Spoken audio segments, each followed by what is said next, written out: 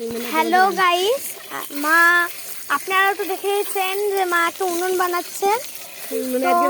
এই যে সেই উনুনে আজকে মা রান্না করছে ডিমের তরকারি। এই যে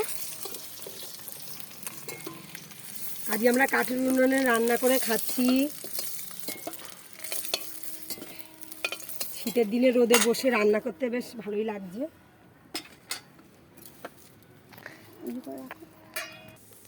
তো গাইস, এই যে মা জিরে দিয়ে দিল। এবার এখানে আলু আর ফুলকপি আছে, একসঙ্গে ভেজে নেবে। ভেজে আর তুলবো না, একসঙ্গে করবো।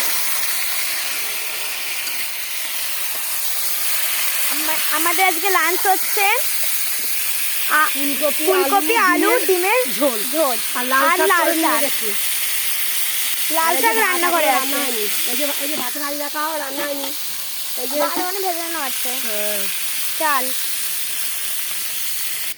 এই যে বিড়ালগুলো খিদে পেয়ে গেছে, এই জন্য ওরা এখানে এসে মাকে দেখছে যে কখন মায়ের রান্না হবে, আর তখন ওরা খেতে পারবে। এদিকে তো ওরা জানে না যে ওদের রান্না অলরেডি হয়ে গেছে, মানে কি ভাতটা হয়নি আর কি। তো এই যে সব কিছু মিক্স করে নিয়ে আসলাম, পেস্ট করে একটা পেস্ট বানিয়েছিল, সেই পেস্ট এখন দিয়ে দিচ্ছে।